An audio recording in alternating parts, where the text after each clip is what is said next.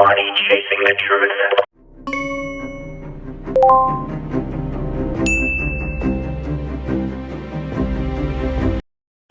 So the Baltimore Ravens take on the Kansas City Chiefs to go to the Super Bowl. The entire country needs to join hands in prayer and pray to Jesus that Lamar Jackson and the Ravens destroy the Kansas City Chiefs. If I have to watch the Super Bowl and hear about Taylor Swift every 10 seconds, I'm going to put my foot through the television and then immediately throw it in the dumpster. First of all, I'm a Steeler fan. Pittsburgh Steeler. There's no team I want to see lose more than the Ravens. But in this instance, under this circumstance, I will be praying to God, literally, that the Baltimore Ravens win this football game. Now, let's talk about Mr. Jackson. As we all know, 31 teams passed on Mr. Jackson in the NFL draft. He's one of the first players ever, I think if not the only player his Heisman Trophy year, to throw for 2,000 yards and rush for 1,000 yards in the same season. The next year came after he won the Heisman Trophy. He kind of had an off year a little bit. Again, it's college. Sometimes you lose offensive linemen, coaches, things change, whatever. So when Lamar came into the draft, at that point, the contracts are all slotted. They're not getting paid like they used to get paid back in the day, where if you get picked first overall or you're a first-round draft pick, you're going to get $100 million or $80 million. And I'm going to get to my point. I know that the Kenny Pickett and Lamar Jackson came out in different years of the draft. But here's the point. The Steelers passed on Lamar Jackson, a Heisman Trophy winner, 2,000-yard passer, 1,000-yard rusher in the same season. Tougher than nails. It's been proven through college, proven in the NFL. They don't give him a chance and give him a contract, but they give the most brittle man on the planet, Kenny Pickett, a contract. Kenny Pickett, they give him a contract and give him a shot. And now I have to see Mr. Jackson in a division be nothing but a nightmare for the Steelers and everybody else. So the 31 other GMs that just passed over Lamar, I've said this before, you all need to be fired. One of my favorite things about Lamar Jackson, from time to time I watch him. I don't watch all of the games, but I watch him on television, in his interviews. My favorite thing about Lamar Jackson is not his play, is his humility. For a guy that with this much success, this much talent, I just like the way that he carries himself. So that being said, let's go to the opposite spectrum. Now, I like Patrick Mahomes. Decent guy, great player, excellent player. I never thought that I'd see an NFL quarterback that came into the league and you're like, wow, man, this guy's better than Brady off the bat. Now he's gonna have to win a couple more Super Bowl rings to take that crown, but from a physical standpoint and just diagnosing everything, just as good, if not better. And he did it fast. Lamar Jackson is going to have to play his best football game that he's ever played in his entire life to beat these Chiefs. For one reason, I shouldn't really say one reason, but, Patrick Mahomes is an X factor. You saw what happened to the Buffalo Bills 2 years ago or a year and a half ago. They got, 30 seconds on the clock. They go down the field, score, win. They go to the Super Bowl. 30 seconds. Now this year, the Chiefs, they got a defense to back that up. Number 2 in points allowed. Number 2 in passing yards allowed. They give up 113 yards rushing a game. Whatever, but there are no slouches on defense. The Chiefs and the Baltimore Ravens, Lamar's going to have to do everything right. In the last 5 games, Lamar, for the year, in his last game versus Houston, he had 11 carries for 100 yards and 2 touchdowns. And let's go back to the Los Angeles game when he really had to throw the ball, and that's what I think he's going to have to do to beat the Chiefs. When they played the Rams, he threw the ball 43 times for 24 completions, 316 yards, 3 touchdowns, and a pick. And he also had 11 carries for 70 yards. I mean, Jesus. He's the entire team. He's going to have to put up these types of numbers to beat the Chiefs. You know, they're going to have to go score for score, blow for blow. I mean, everybody's going to say it's going to be a high-scoring game, and then when everybody picks that way, it's usually low-scoring for whatever the reason. But the Baltimore Ravens offense, they're going to need to step up. I know the tight end is coming back. He just got activated for the game. Mark Andrews. I don't know how well he's doing physically. That's one of Lamar's favorite targets. Gus Edwards. He's got 198 carries for 810 yards. He averages 4.1 yards a carry, 13 touchdowns. You know, the Ravens defense, they're number 1 in the league in points allowed. They're a very stingy defense. That's great for them. They give up 16.5 points per game. They gave up 3,260 yards passing for the season. They gave up 109 yards rushes in a game per game, and they're 12th in the league. You know, let's go back to this passing yards allowed. Yeah, for the year it was 32.63. I don't know where they stand with that. I mean, that's not too bad. They're probably ranked like number 7 or 13th in the league in pass defense. Actually, I'm sorry, 5th best in the league for pass defense.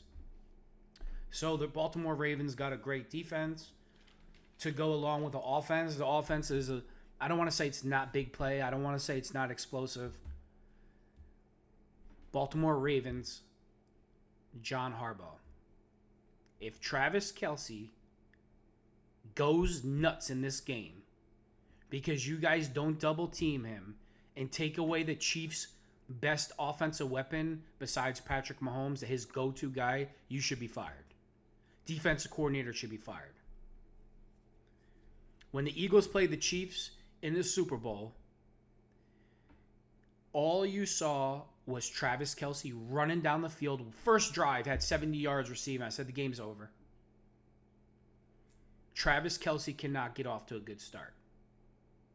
He needs to be excommunicado. He needs to be non-existent in the game. If that means you put 2 guys on him the entire game, you make somebody else beat you. You make somebody else step up and make a big play. I mean, the Chiefs receivers, yeah, they're NFL players. They're all kind of good. But name one big name Chief receiver that's just like outstanding. You know, they're kind of like, I don't want to say no names. That's insulting. But in a way, yeah, it's kind of true. I can't stand the Chiefs. I don't want to hear about Travis Kelce. I don't want to hear about Taylor Swift. I don't want to hear about Swifties. Lamar, I hope this video finds you somehow, some way. If you leave the game in the referee's hands, you are going to lose. If this game comes down to 1 or 2 plays where a call could go the Chiefs' way or the Ravens' way, the league wants the Chiefs in the Super Bowl. You need to come out from start to finish and dominate the Kansas City Chiefs. If you leave it in these referees' hands, you are going to lose the game. They've been orchestrating this whole event, bringing Taylor Swift in, getting her mixed into football, putting the playoff game on some channel I never heard of that people have to pay for. The league wants the 49ers and they want the Kansas City Chiefs.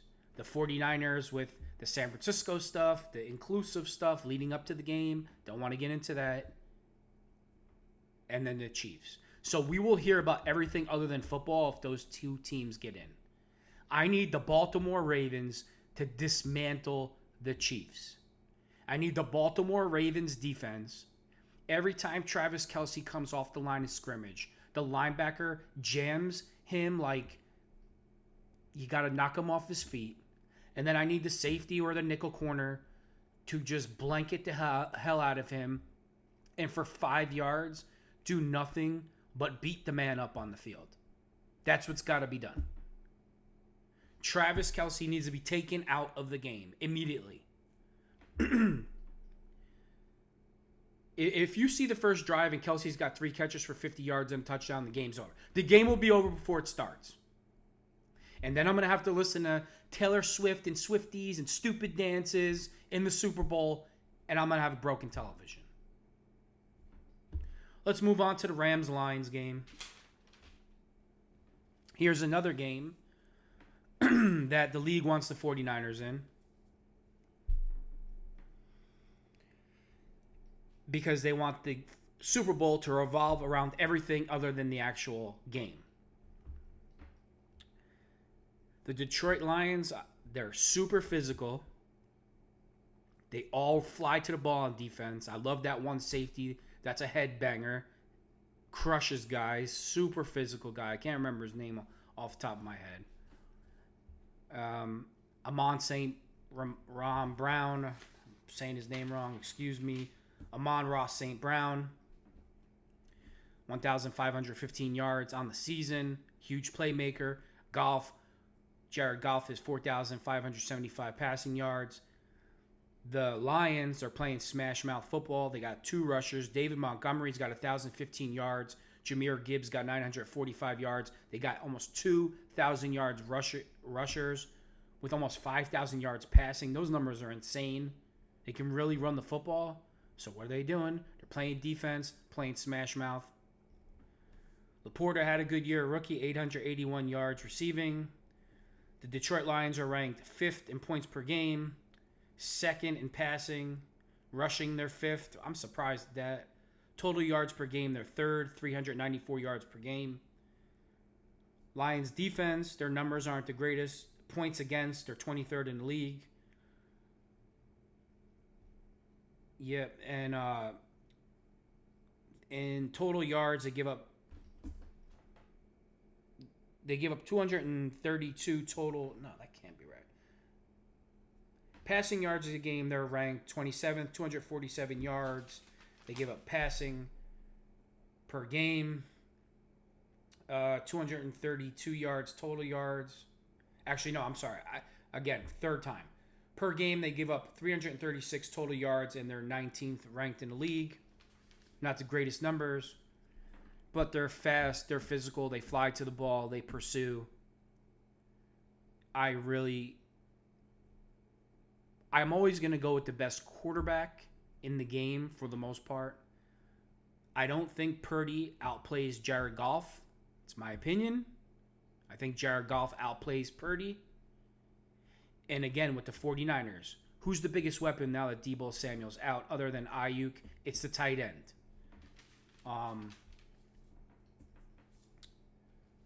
Kittle had 65 catches for 1,020 yards and 6 touchdowns. So the tight end, you know where I'm going next, McCaffrey. McCaffrey is their biggest weapon. 1,459 yards rushing, 14 touchdowns, 565 yards receiving, and 7 scores with touchdowns and catches. Now look, McCaffrey needs to be shut down and taken out of the game. So if I'm the Lions, the entire night we're keying McCaffrey, we're making everybody else beat you. We're going to have to make everybody else step up to win the game. I'm keying McCaffrey if I'm on the Lions. And the Baltimore Ravens need to key Travis Kelce to shut these teams down. You know, Kittle is an excellent tight end also, so you got 2 really big weapons there. But if I have to shut down one guy first, it starts with McCaffrey because the offense goes as McCaffrey goes. So we're going to shut him down first. You make the other players beat you. Let's get into the 49ers defense. Now, I have a theory. a lot of people are going to disagree with me with this, but when I watch the 49ers defense, I think that Nick Bosa and the other kid, the other defense end, Daniels, I think his name is, just came from the Redskins. Oh, excuse me, Commanders. They seem to me, Chase or whatever his name, they seem to me to take a lot of plays off. They don't seem to set the edge all the time.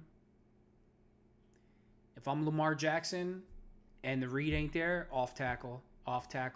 They take too many plays off. The defense for the 49ers has excellent stats. So I know this sounds stupid, what I'm saying. But when I watch the game, it just seems to me like Bosa and Daniels, or I can't remember the other defense end's name, but they just get chipped a lot. They get blocked.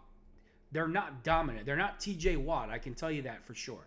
There's a reason why the Commanders let that guy go. 49ers defense, they are third in the league in points. They give up 17.5 points per game. Passing yards against, they're 14th. They give up 214 passing yards a game. Rushing yards against, they're third. They give up 89 yards a game. Sacks, they're sixth in the league. And interceptions, they're first in the league. So Jared Goff is going to have to watch where he throws that football. You know, again, let's just get into my own personal feelings for a minute. Lamar, you should have been a Pittsburgh Steeler. Every time I see you in that Baltimore Raven uniform, I want to throw up. Because if the Pittsburgh Steelers had Lamar Jackson, I can only imagine where the franchise would be. Every Sunday at the stadium, it would be pandemonium. People would be going absolutely insane. I need you to play the best football you ever played in your entire life. I need a Baltimore Raven, Detroit Lion, Super Bowl. I don't want to see the Chiefs, and I don't want to see the Niners. That's who Roger Goodell, the man that's ruining the NFL, wants to see.